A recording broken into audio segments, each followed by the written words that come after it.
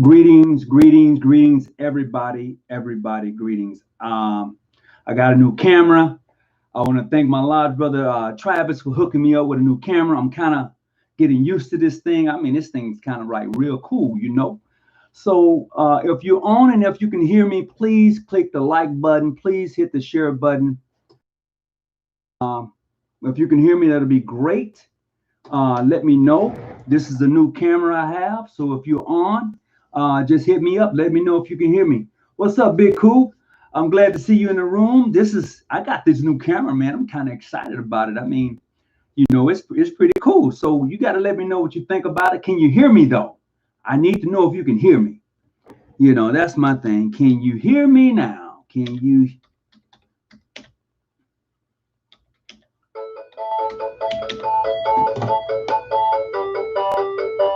Hold on just a second. Hello. All right, turn your mic down in the back right there for me, there, bro.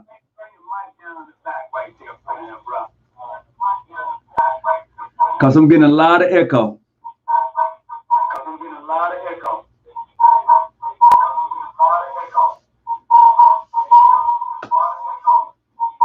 Yeah. How's it? I'm still getting a lot of echo there. I don't think the echo is coming from me. It's not coming from me. It's not. Hold on.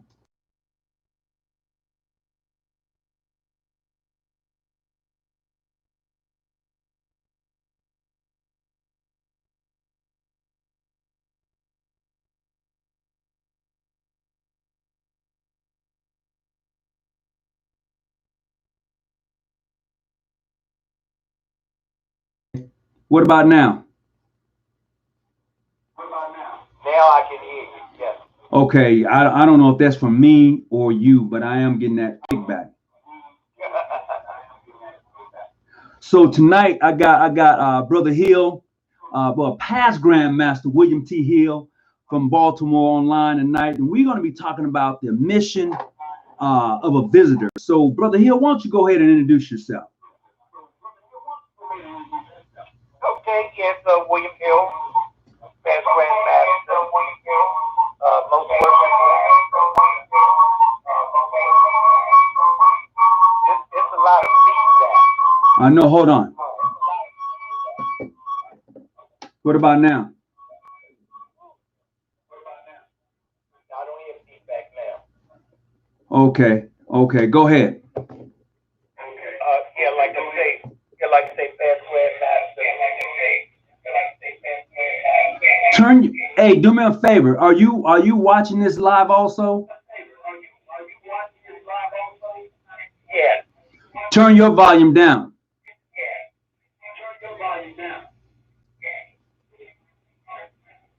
Okay, give me a minute. Okay. Yeah. That's a lot better. I have it down now. There you go. That's a lot better. Go ahead and tell people about who you are, Brother Hill. I am from the most worshipful Zarabella Grand Lodge for the state of Maryland. AF and AF. That's it? You got to give me more than that. Brother Hill? Yeah. Yeah, you got to give me more than that. So you the past Grandmaster Zerubbabel Grand Lodge. What else? Is that it? Wait a minute.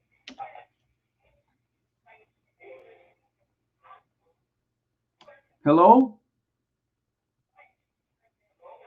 Yeah, I'm here.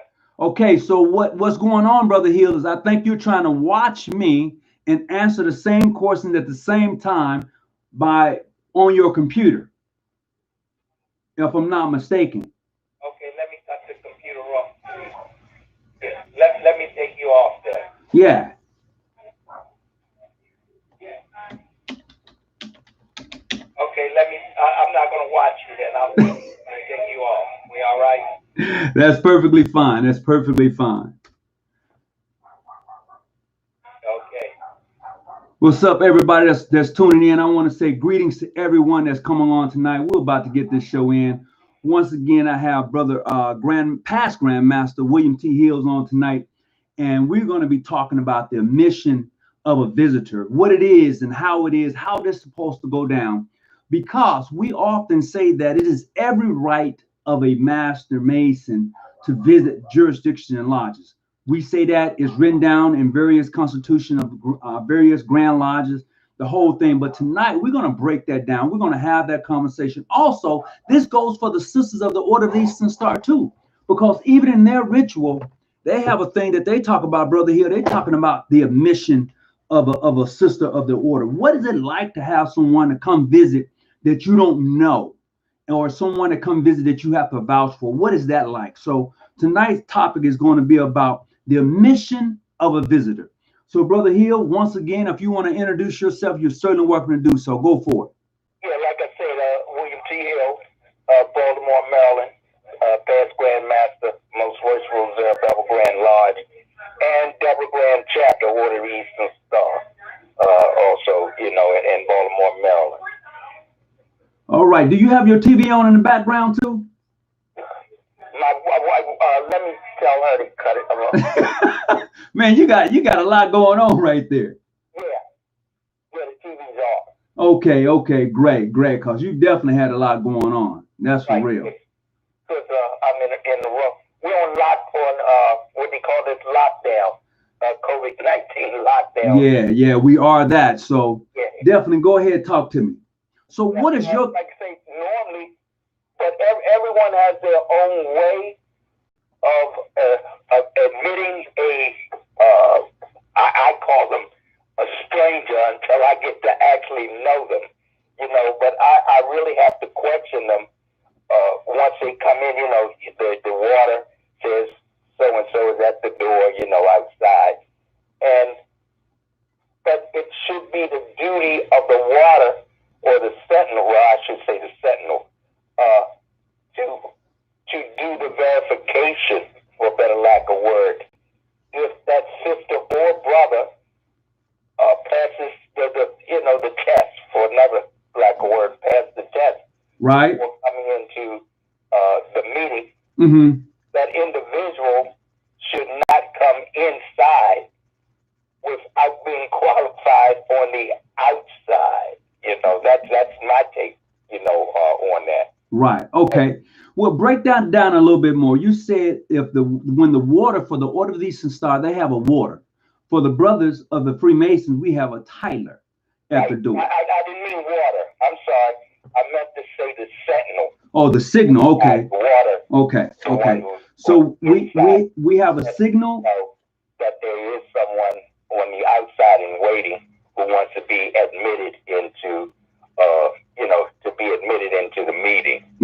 So that's where I used the wrong word when I said water. I meant to say sentinel. Okay. Who should be the one to be sure or make sure that individual is well qualified to come into a chapter meeting, Right. Every chapter, things different, but if you go by the ritual, then that should do it. If you go by the ritual, but everyone doesn't go by the ritual now. It's a different ball game. When I say ball game, it's very different. What I'm trying to say. When I first came in, it was really strict. Now I have visited some, chapters and lodges, and they're so relaxed. All they ask is, they don't ask for a dues card from wherever. They just say, oh, well, where are you a member? And they'll say, oh, I'm a member of XYZ chapter. Okay. Then they bring you in. Well, you don't know that. See, it's just like Masons. We have book Masons, Right. have book Eastern Star members. Okay. They can go anywhere for ritual. And I mean, I have so many different rituals. It's mind-boggling. But well, I mean, that's what I do. Okay, so you were saying that now things seems to be pretty relaxed now as far as visitation is concerned versus when you first came in as a Mason, correct? Correct. Now that was I've been in this is 2020, 48 years now. So you've been a Mason 48 years, and I'm quite sure in your 48 years you've seen a lot of different changes in Freemasonry as far as visitation is concerned. A lot of changes in Masonry and a lot of changes in the Eastern Star. But I'm all for change. But when the change is not according to the ritual, then I do have a problem with that. Okay, so what changes have you seen in the Order of the Eastern Star and Freemasonry as far as visitation is concerned?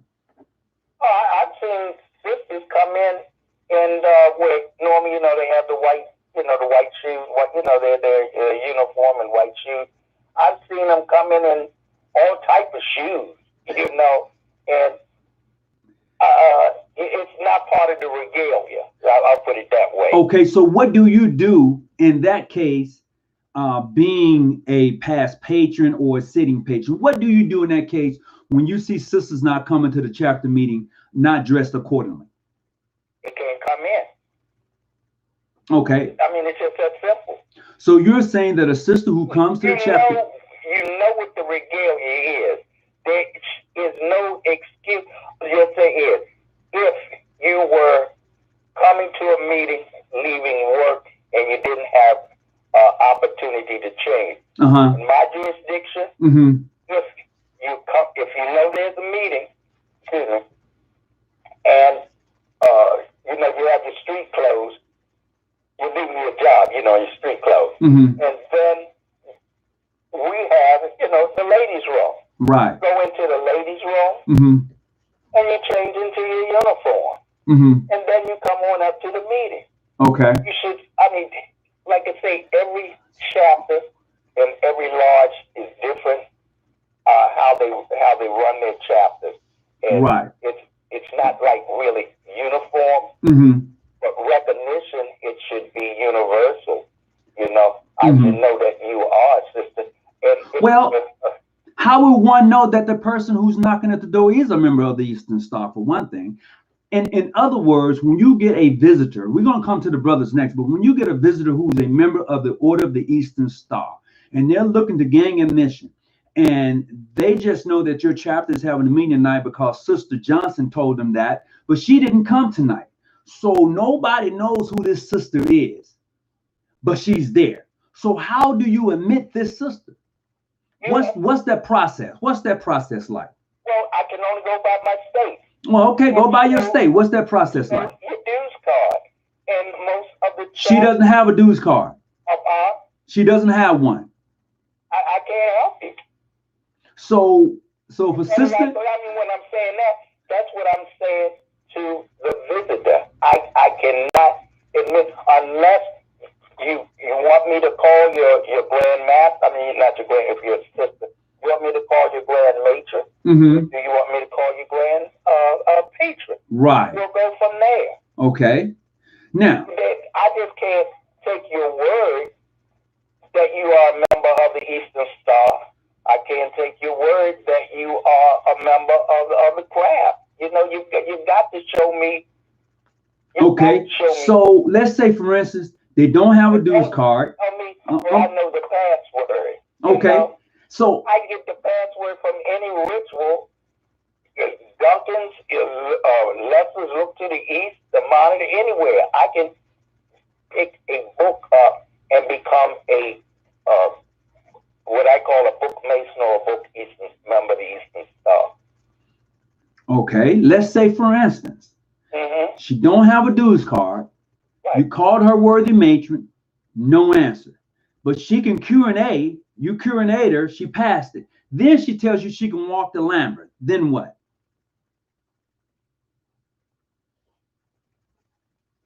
That's a good question, brother.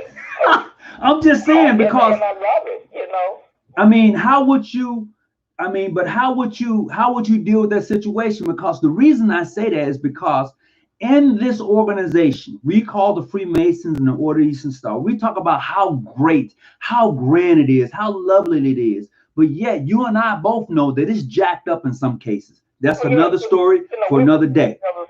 So we know that. So what I'm saying is that if the worthy matron of that chapter finds that that sister is worthy and well qualified to come in, do you as a patron allow that to happen?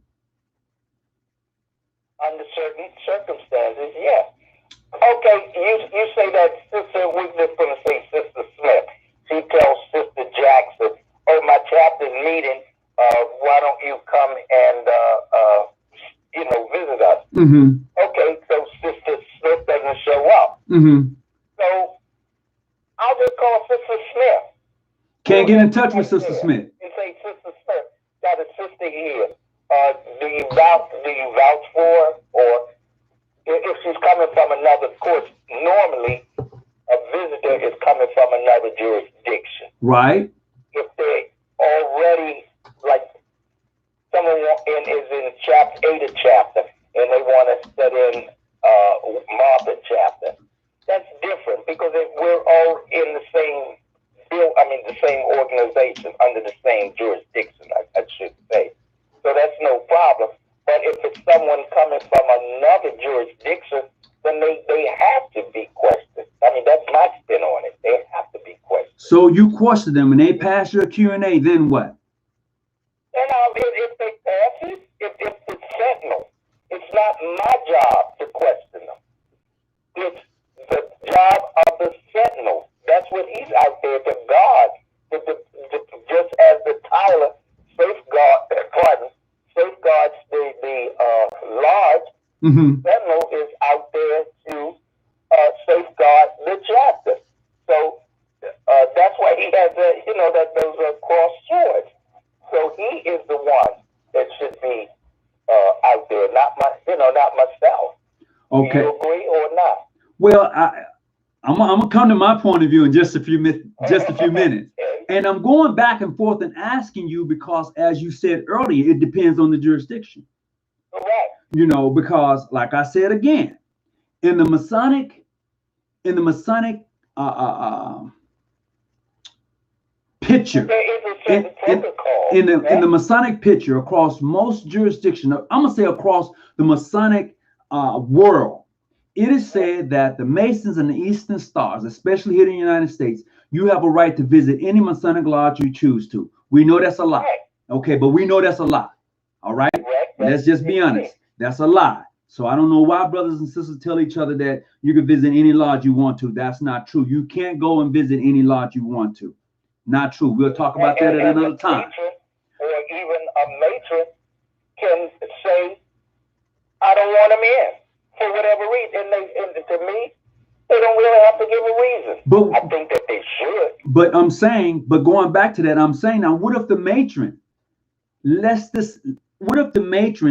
tells a signal at the door to let that sister in? She didn't show a membership card. Nobody can vouch for her, but the matron says let that sister in. Well, then it's the patron's job to check the matron. Okay, so you're a patron. How do you go about doing that? I tell the visitor, to wait outside, and I'll ask the matron, because I don't believe in embarrassing anyone in front of people. I'll call her to the side.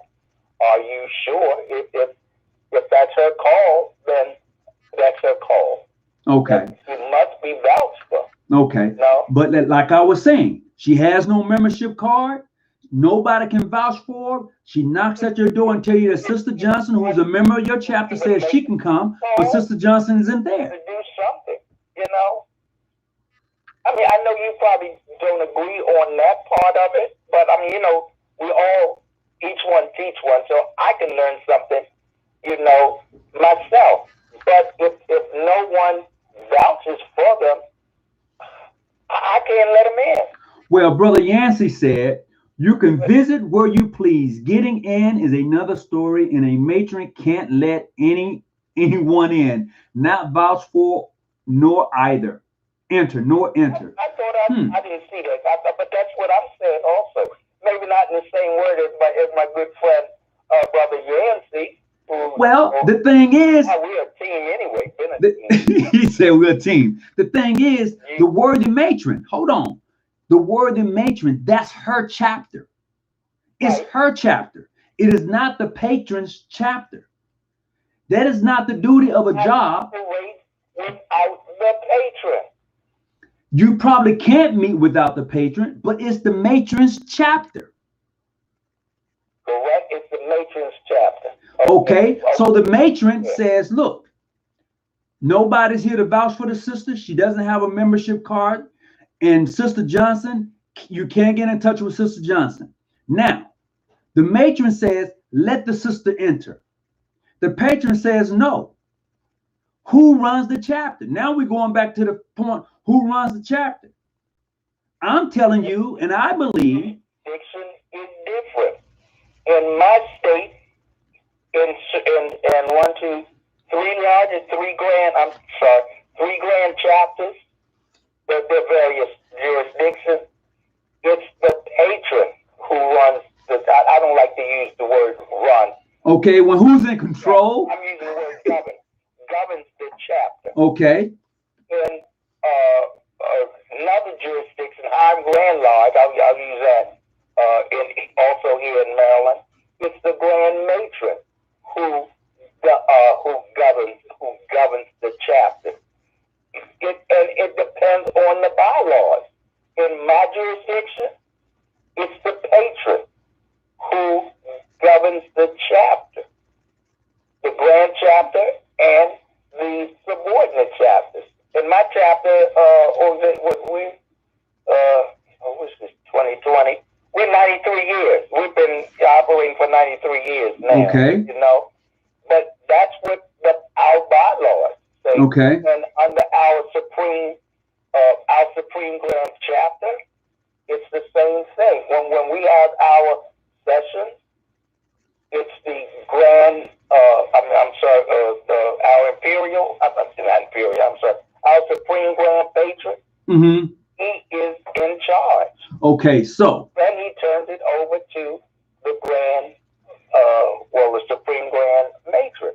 Okay. Like each jurisdiction has their own bylaws. They do. That's what I'm going by is the bylaws. Okay.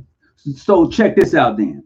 Let's look at the duties. It says the duty of a worthy patron is to preside during the conferring of the degrees at other times when requested to do so by the worthy matron, and to act as her advisor in the chapter, and to see that the officers are proficient in their work. That's his duty. It doesn't say anything else. And this is the only thing I go by, is the duty of a worthy patron. That's why I say that it's the matron's chapter. The duties of a patron is to make sure, is to confer of the degrees at the time requested by the worthy matron, and to act as her advisor. That's all he gets. Do you have, is there anything else? I can't take that away. So we have it, but I still say, and you're right, because if that's what your ritual says, then you have to go by, your ritual. Okay. If the matron says let them in, then the matron has to let them in. Okay. Then it's that's the way that it goes. Okay. But like I say, now your jurisdiction is the grand matron, correct? Who governs? Because I don't like the word run. Right. It's the grand matron who governs the grand chapter in my jurisdiction. It's the grand matron who governs the grand chapter in my jurisdiction, which is the Garden Eden Grand Chapter. The grand matron, Diane Miller, she governs the grand chapter. The only thing that the grand patron does, which is the Grand Master State, is that he's just an advisor to her. This is our structure. He's her advisor, but she runs the grand chapter until the Grand Master says, "Look, something ain't quite right here. They work out whatever the difference may be. But now that's something else is when you say hold on, time out. Brother Willie Yancey, he added something, which he is correct. It also says that he represents the highest responsible person in the chapter. He is 100% right. It says that on down a little bit. Brother Willie Yancey, you should be on tonight, but that's for another day. But he's right. So okay. What is he saying? He said that the worthy patrons represents the highest office in the chapter, which is. I didn't say the highest office, but that's what I was saying. That I wish Yancey was here, but that's what I'm saying is that the patron governs the chapter. Okay. You're saying that the matron governs the chapter. Yeah, I do. I go to law with Brother Yancey because that's what I said. That that it's the patron who, like I say, I don't like to use that word run, but governs, the chapter. Okay. Well, I'm looking at it from two different points of views, because if a sister who comes to the chapter, if the sister comes to the chapter and the worthy matron wants that sister to enter, I just feel based upon it's her chapter and being an advisor and an assistant, I can advise her and say, look, you know what? I think you should do X, Y, and Z before you let the sister enter. Ultimately, out of respect to the worthy matron who was elected to the position of worthy matron, I think as a past patron, let that be her call until something is found different, because she was elected to the position. I think, based upon my experience as a past patron, for me to overstep my boundaries, even though my title may say the highest position in the chapter, it wasn't an elected position. I'm just a serving patron. Now, who does not have the elected position? The patron is not in some jurisdiction. In some jurisdiction. I'm getting ready to say, because my jurisdiction, that's why I keep saying. Okay, then. In your jurisdiction, if that patron. Own, way, I won't say way, that's not even it. Operate in their own manner with their own bylaws. And I can only go by my state. My state, the grand matron is elected. Patron is elected. The associate matron and the associate patron. Okay. Elected positions along with the treasurer and the secretary. Okay. Are appointed. Okay, so here's what I'm going to do. And the conductress. Yes. Conductress is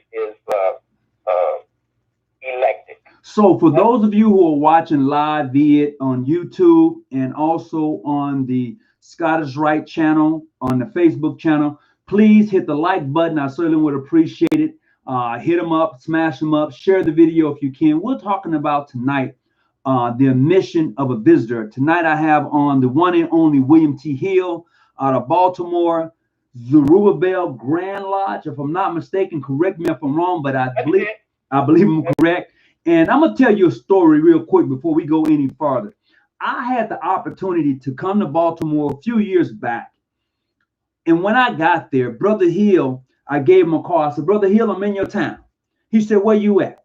I said, I just got to the airport. He said, well, here's my address. Come on by my home and let's hang out. And we did. I had a very awesome time. I want to tell him personally right now, if I didn't tell you before, that I appreciate it. And he took me around Baltimore to some of the great parts of Baltimore.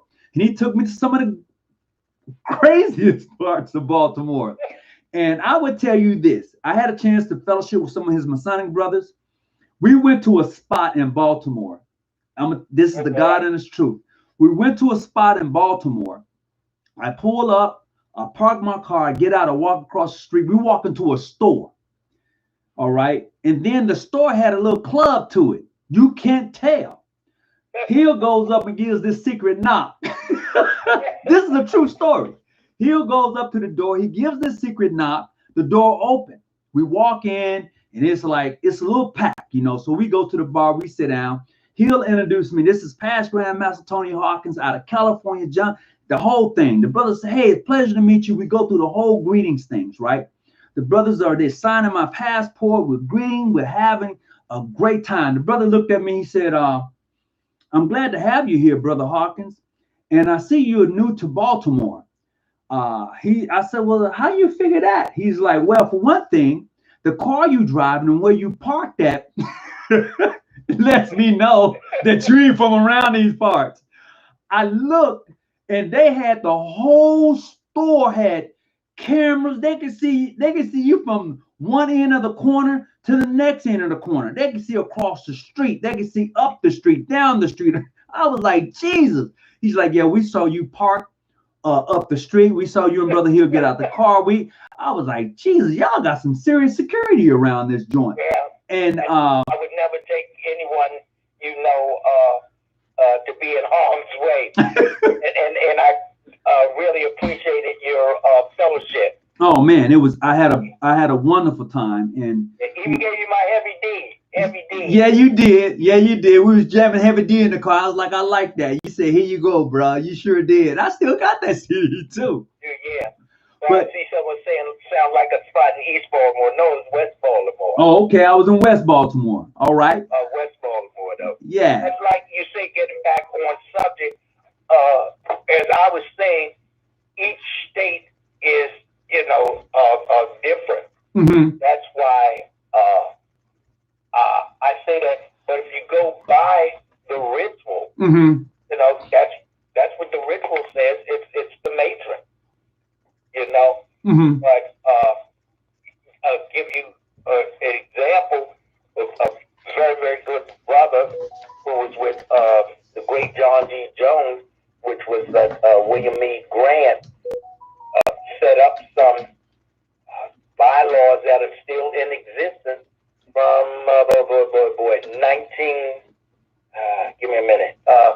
1912. Really? And when Grant died, then Junior succeeded him, and then mm-hmm. he became the Supreme Grand Patron. Okay. So, and that's how they operated, under the jurisdiction mm-hmm. I'm in. But it is correct that it's the matron. So whatever the matron says stands. And I can agree with that. Now, since we've talked about the matron, and since we've talked about the Eastern Star, we talked about visiting with the sisters and how they're supposed to take place. Let's talk about the brothers. Let's talk about the brothers and their visitation.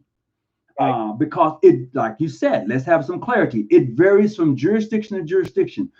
But the but is that we who are Masons often tell brothers who come into the craft, you can visit anywhere you go. We say that. I know when I first came in, it was told to me. I ain't gonna even lie. Oh, you can visit here, you can visit there. I'm like, okay, cool. I didn't think nothing.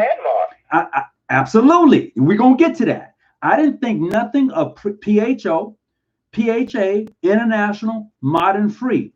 I thought nothing about them. Okay. Right. Now, I'm a Mississippi boy. In Mississippi, right now. In Mississippi, I'll give it to them. PHO, PHA. Then you have the John G. Jones affiliation, or John G. Jones's Grand Lodges, the Ancient Free and Accepted Masons, whatever label you want to put on them. That's what you have in Mississippi. PHA. Right. That's another story. Right. But that's what you have in Mississippi. When AF and AM. Correct. Found out a whole lot about that PHA. It wasn't to my liking. My great uncle was the Grand Master of PHA. Okay. But I'm sorry, I didn't mean to cut you off, though. I was the thought just came to me. Well, we're going to get back to that, because I know that your background, you was originally a Prince Hall member at one time. Am I right? Yes, I was raised. Okay, so we're going to come back to that. At the age of 22. Oh, okay. I was raised a Prince Hall Mason. Mm. And, like I say, because my great uncle, matter of fact, I didn't take you past there when you were here. Their temple is named after him. Willard W. Allen Masonic Temple is named after him.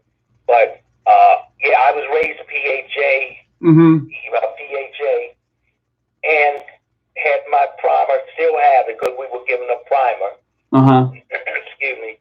And same obligation that I taken as when I went AF and AM. Right. But I digress. Being raised on the third degree, I was there at the altar. I took the oath. We did the whole 9 yards, and then I went to my first meeting. And I was told then, if you meet a brother who is not PHA, you do not recognize them. Really? And that's why I hate the word now, because they're clandestine. I'm saying, I won't say the word that I use, but it sounds like it. I'm saying, wow, I'm on my knees. I did this obligation and all of this that I'm supposed to love my brother as if he were my brother. But yet still you're going to tell me that if they're not Prince Hall, I'm not to recognize them? Hell no.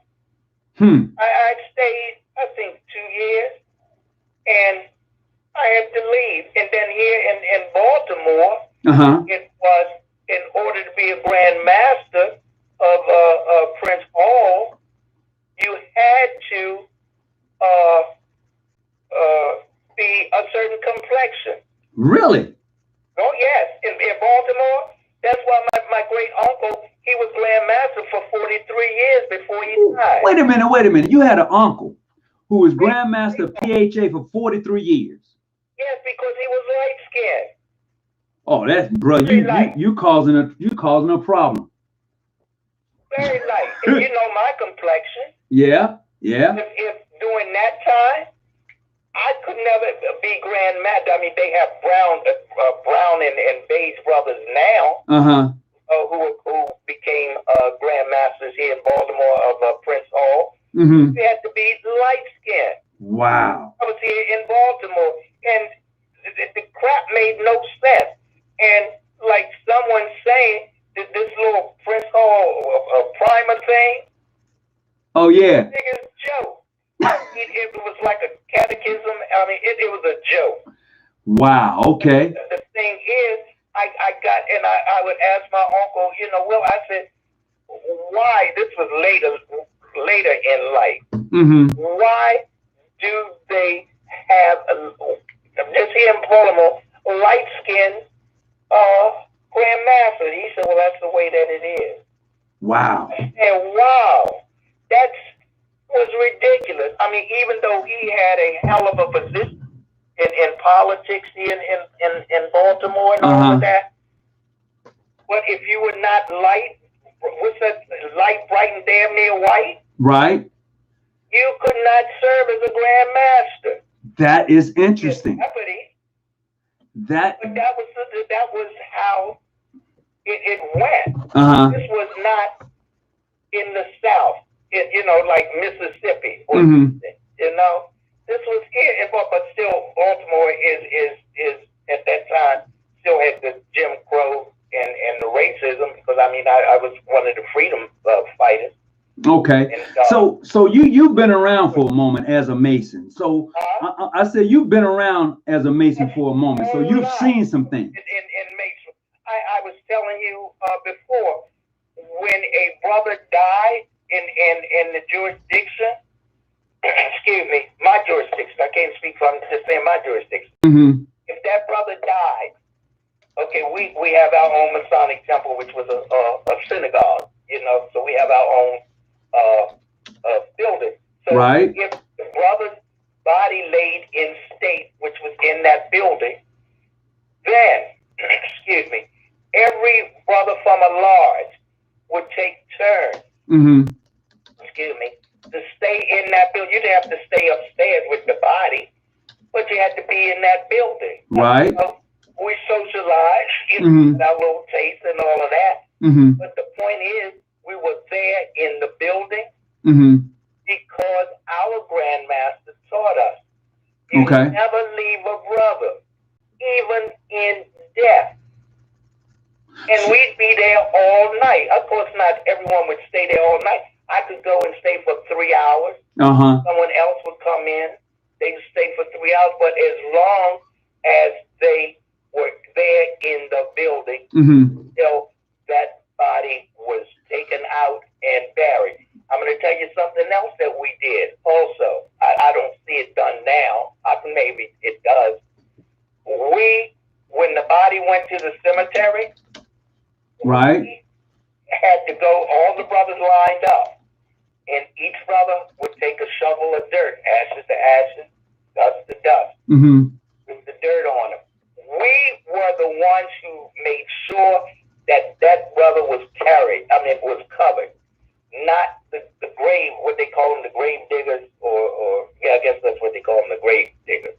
You were the ones who made sure that brother was carried. That's how we respected the death of a brother. Right. Right.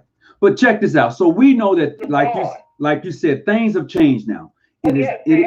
Being a Mason is not like it was being a Mason a while back. Okay, so we get that part.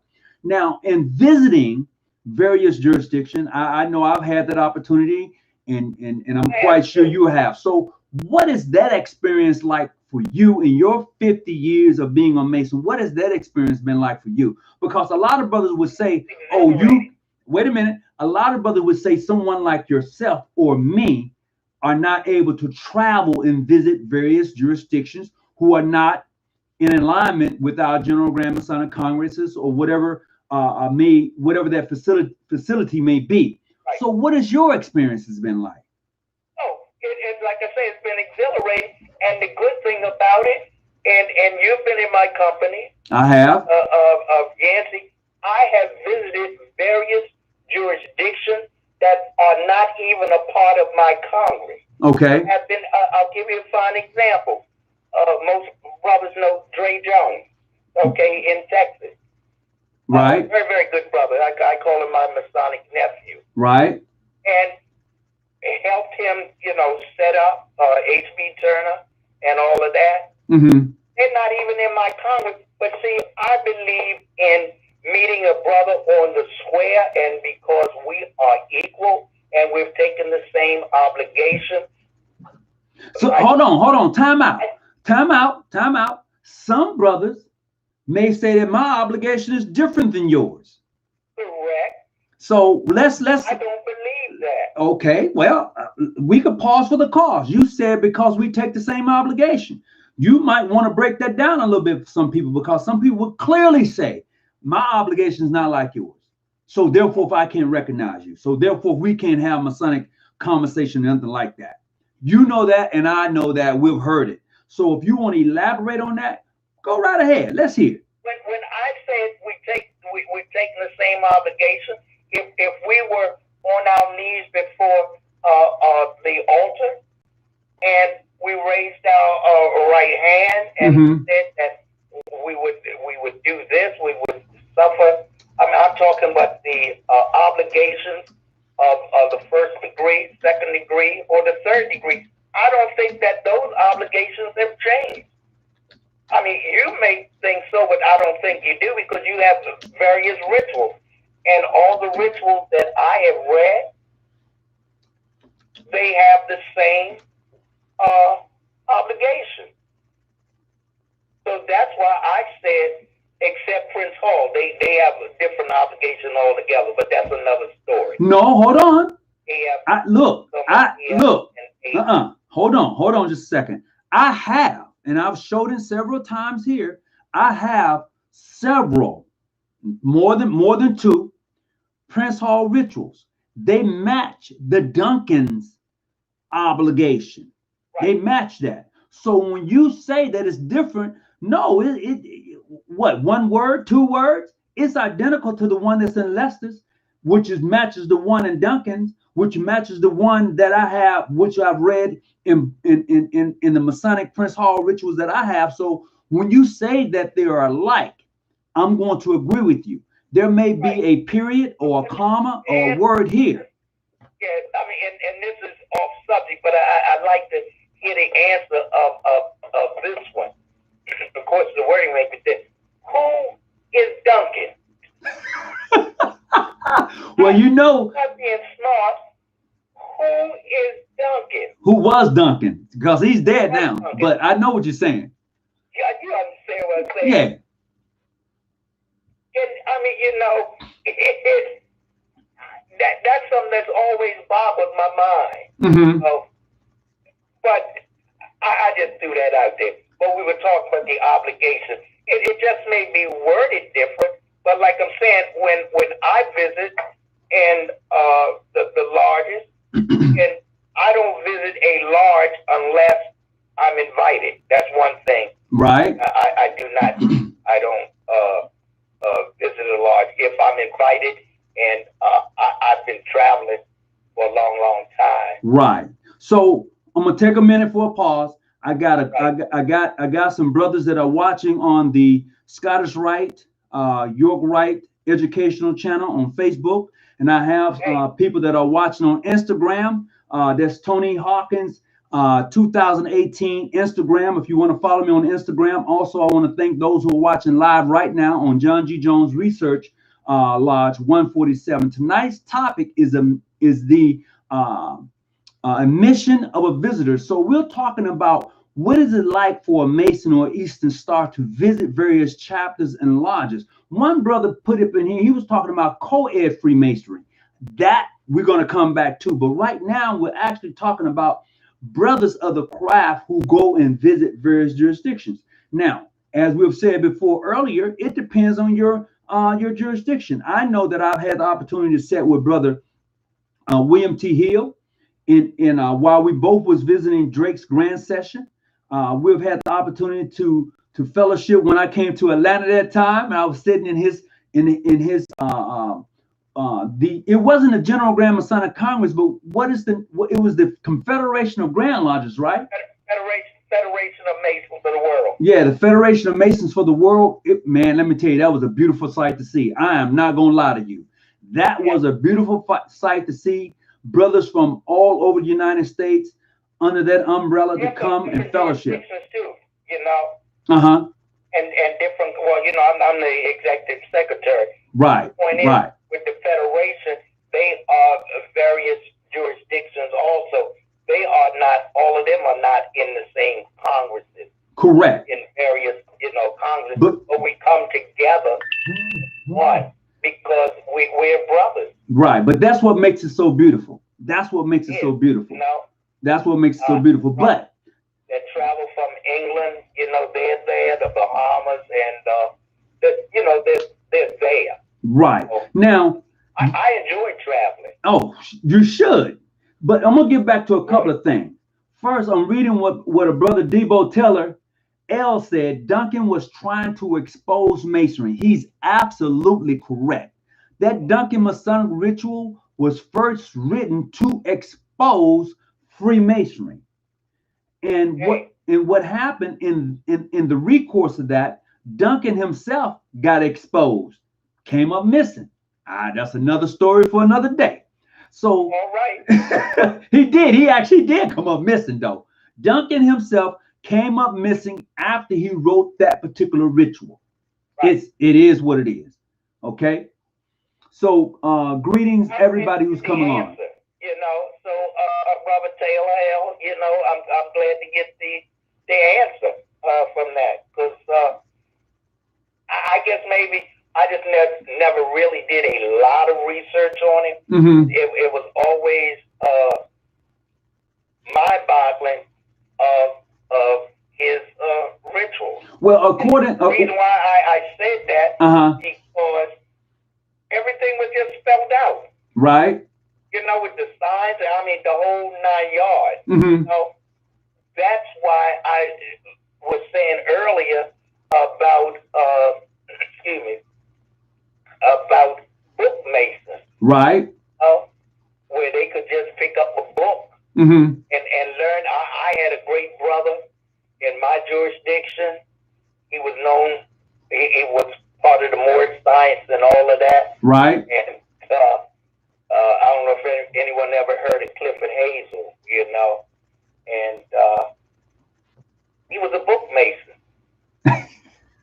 But see, hold that thought. It was deep. Hold that thought. It goes back to something you said earlier when we was talking about the Order of the Eastern Star. Yeah. You clearly stated that person who was coming to visit must show proof that they are who they say they are, be it by somebody who will vouch for them, be it by membership card, some way of saying I am who I say I am. Am I correct? That's what you were saying earlier, right? Yeah. Now, I'm a firm believer. Okay. And saying that, now we're looking at it from a Masonic point of view, where you say that you knew of someone who had who had the Masonic book, well versed in Freemasonry. Now here's the kicker. He had it down pat. Now here's the kicker. He could sprout masonry upside down, inside out. But see, the brother was good. Now, how would you, if you didn't know that person was what you would call a book mason, how would you detect that he was not who he claimed to be? How would you decipher that? At the time, I couldn't, because our Grand Master brought him in, okay? And that's how I got to know the brother, and I know him on a personal level and all of that. But then when he did something shady, had to call, and it was how Allah, God, or whatever the name of the deity that you call, it was by some miracle that I found him out, Well, usually, I'm gonna share this with you. Yes. What I do is I ask the brother to explain, even if he read the book, how did you feel going through the process? If he's able to explain to me, and some people say, well, he could just tell you, no, but there's something different. When you go through the process of being initiated, it's differently than reading a book. Correct. So I usually ask the brother, well, tell me, how did you feel? What was your thoughts? What was the process? Because the book may tell you and give you everything, but the process is different. I agree. And that because I had the same thing happen to me when I was with my brothers.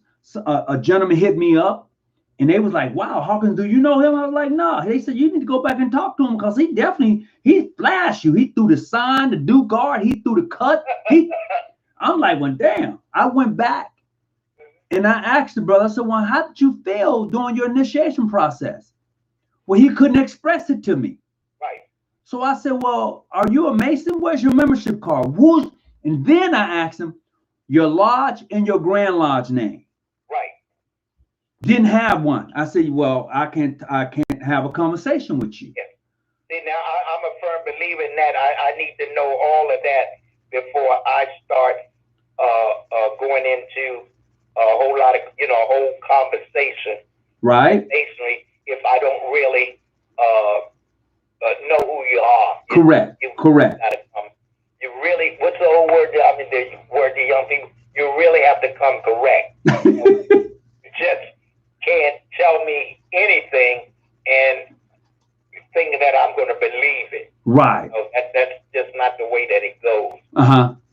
But it's something else that they are brothers out there that have read a lot and they become knowledgeable, Well, they may become knowledgeable, but it is up to us who are Masons to guard the West Gate. Right. Well, we're supposed to guard our secrets. Absolutely. And but going back to their mission part, now we talked about the sisters and their mission for the sisters, but for the brothers, because you often heard, well, I can't recognize you because you're not recognized by such and such. Right. We know we got that landscape covered, but for you and your travels, and I can say for me and my travels, I've only gone gone to places and lodges to where I was welcome. I've never gone a place that I wasn't welcome or accepted to. I haven't either, so I can relate to you there. I truly can relate there. Everywhere I've gone, I've been accepted and greeted, and it's been it's just been a good experience. Right. And that's what I like about masonry and traveling, you know, and you get to see see firsthand how this Grand Lodge is run. I mean, not run, operated, and how that Grand Lodge is operated. And I think that's a good thing to actually see, actually see the operation of masonry. And also the brotherhood of masonry. Give you a fine example of brotherhood of masonry is, I forgot what year, because sometimes I don't keep the years in mind. I received this honor. It was lifetime. What was it? Lifetime Achievement Award. Okay. In Texas. Right. Now from my jurisdiction, Brother Yancey, who's in another jurisdiction. Brother Yancey, just so you know, Brother Yancey is a member of the Most Wishful Sons Alike Grand Lodge of California, Ancient Free and Accepted Mason Incorporated. He's also known as the Grand Master of the Universe. So let's just let that be out there for Brother Willie Yancey. I mean, he wherever he goes, his reputation precedes him. I mean, I've seen him speak.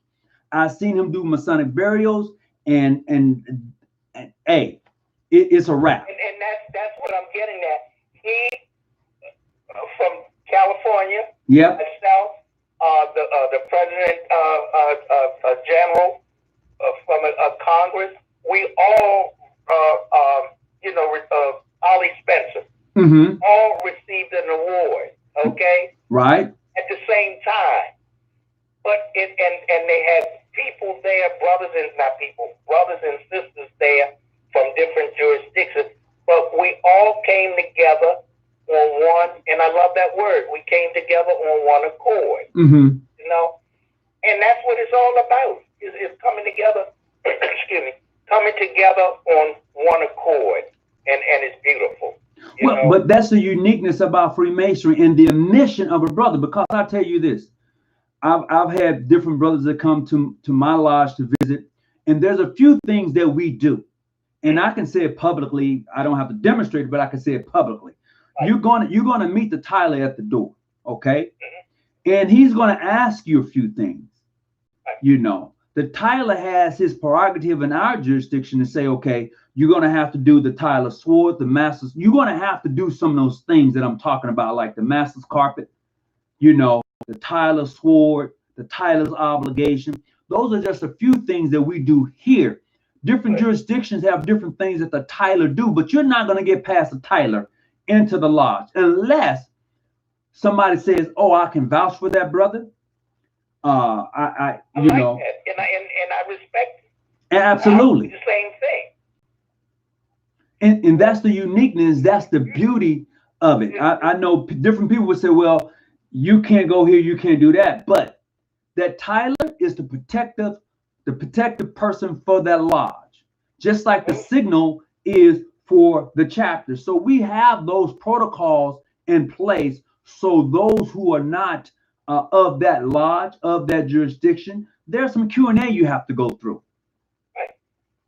And that's good, you know, because that way you know who's coming in or who you want to admit in. Right. Know? And everybody can't really pass that test. If you've got a good Tyler, he's going to make sure that everything is on the square. Correct. Now I have a troll here tonight. His name was Wayfaring. He likes to come on and troll. I think he's a PHA guy, but you know, it's just one of those guys that like to come on and troll a little bit. And I just want to send him a big shout out tonight.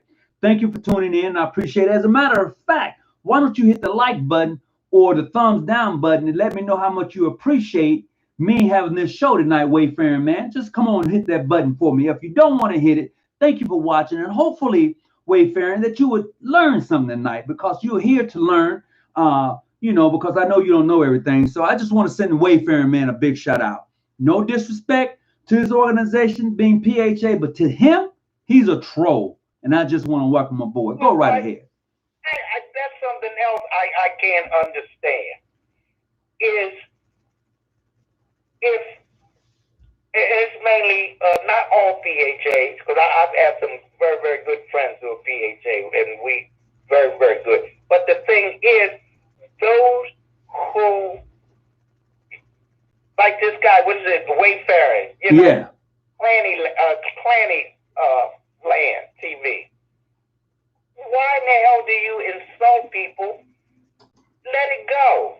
He can't let it go because he's not mature right now. If you don't agree, but you want to come in, that's when I call discord. And it's damn disrespectful. It lets me know what the hell you are about. I'm calling it like I said, and I don't give a damn if they don't like it. It's disrespectful. But yet still, they may not be a troll. They may be here to learn something. You may be teaching them something. Well, ever think about that? But I'm going to change that subject. Well, hold on just a second. I'm going to log off on the Instagram tonight. I just want to say to the Instagram followers who was on tonight, thank you for tuning in, and I appreciate you. I'm just going to go ahead and log off. We're going to continue on the John G. Jones Research Lodge 147. That's on the YouTube channel. You can go and just follow us on that. We're going to be in here for a few more minutes, so come on and join us. Thank you. Tony, Brother Tony, it's been an honor, Right. And I've always respected you, and you always come. You need to be disrespected at every turn. Damn. Well, wow. Hey, man, you sick people say sick things, and they just need a little help. Right. Some people need a hug. Well, maybe he does. I mean, you never know. Like you said, some people do need a hug. But it is what it is, and you're a very, very good teacher, and everyone there, your lodge and Brother Yancey's lodge and all. I have just a lot of respect, and that'll never change, never change. And when I do come up to visit you, I'm going to make sure I have everything in order. Oh, man. Well, you know what, bro? It is indeed a pleasure to have you on tonight. And Wayfaring saying you need to be disrespectful at every turn. So maybe you get it through your thick skull that what you are doing is wrong. Well, Wayfaring Man, if you think what I'm doing is wrong, that is of your opinion. I want to say to the past Grandmaster, William T. Hill, for coming on tonight. We've been on here for about an hour and 3 minutes. I want to say to you, thank you for coming on. And to have a troll to come on tonight, I feel honored. I'm not gonna kid you. Let me tell you the reason I feel honored to have a troll to come on. I like that. Evidently, the troll, in his own way, has respect for you. He does. He does have respect for me. That's why he's on tonight. That's it. He wants to play all tough guy, but you know what? He needs to take his marbles. But it's been my pleasure, Brother Tony. And I'll be back again, and maybe we can get into something else. But it's been a pleasure. You keep doing what you do, and be respected by everyone that you come into contact with. Hold on. Don't go yet. Hold on just a second. I'm reading some of these, some of the chat right now. And I see Brother Terrell said, if you ask me what runs people away from the craft, so much fighting against jurisdictions. You know what? He's absolutely right. I believe that 100%. That is absolutely right. If we were just able to show some respect towards the next man, regardless of his jurisdiction and affiliation within the Freemasonry, Yes. Masonry would be so much, man, it would be what it claims to be. It would be able to bring men of various backgrounds and races together. But because 100%. but because but that's us as people, and that's why I stress I do not accept a brother or do not say anything negative against a brother who's not with my jurisdiction. But I will say something to those who are of a jurisdiction and they're disrespectful. I don't call you a brother. Mm-hmm. Just because I'm not in your jurisdiction, I shouldn't be saying anything negative. And just like that troll, evidently you are doing something right, because he wouldn't come on your program with that foul. I call it foulness, you know.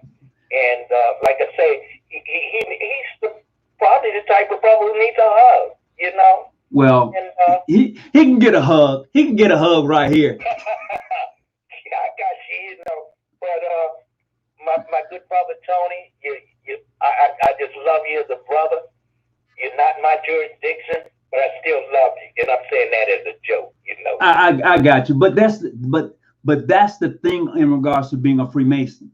Right. If you can show some respect across the board, you don't know what the person that you have shown that respect to, you have no idea what they would end up doing for you. Just like between you and I, right. Me coming to Baltimore and you rolling out the red carpet, coming to your home, eating your food, sitting at your table, you driving me around Baltimore and showing me various places to go to, not to go to, enjoy the fellowship, the whole thing.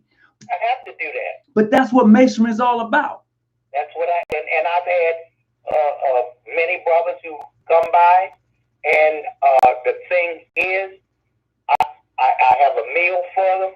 I take them this place and I take them that place, but I make sure that they're safe. And if I go through the light, that what did you tell me? California stop when I was driving. And when California, California, a roll stop, California roll. Yeah. My point is, I make sure that my brothers who visit me are comfortable. Right. Know? And I don't care where you hail from. As long as I know that you're a brother, I'm going to treat you like a brother, you know, and that's a good thing. And, you know, the brother Kevin Nedwood Bay, that's a hell of a good brother. Never met him. Right. Never met him. Brother, you know? Matter of fact, it's weird. He's calling me now, so I'm going to call him later. So, but he's a heck of a good brother, though, too, you know? Right. But and see, I see this brother Terrell. Now I'm seeing stuff up here that he was initiated through PHA also. Right. Know? And but like I said, he's verified. No, he's not verified here because he wasn't recognized. Right. But it's good though. But like I said, you keep on teaching, brother, and keep me informed when you have a show. At least I can listen to you. You're welcome to call in anytime you want to. I put the Wayfaring man in timeout. He keeps typing, but it ain't being seen, so he's in timeout. That's what you do to bad kids. You put bad kids in timeout. You take care. All right, hey, take care of yourself. Okay, and make sure you keep that 133 in mind. You know what that's about. I got you. Okay, partner. Talk to you. Peace. Hey, that was past Grandmaster William T. Hill on tonight's show. I want to thank everybody for tuning in. I put Wayfaring man, I put him in timeout. That's what you do to bad kids. You put them in timeout. He needed a break. He needed to go sit in the corner and behave himself and show some respect when he comes on someone's show. So he's in timeout. But with that being said, what's going on, Yancey? Good night, gentlemen. We're a team. You're absolutely right. So good night to everyone. Whatever you do, wherever you go, always remember your loved ones in prayer. And for those who are dealing with this coronavirus, please Wash your hands. Take care of yourself. Keep you a bottle of sanitizer somewhere where you can use it. Put it on your hands. Wear a mask. Respect the next person. There's so much more we can do. And whatever you do, keep your light on. Stay out the bushes. Good night. The higher you climb, the clearer the vision. I'm out. Peace and be well.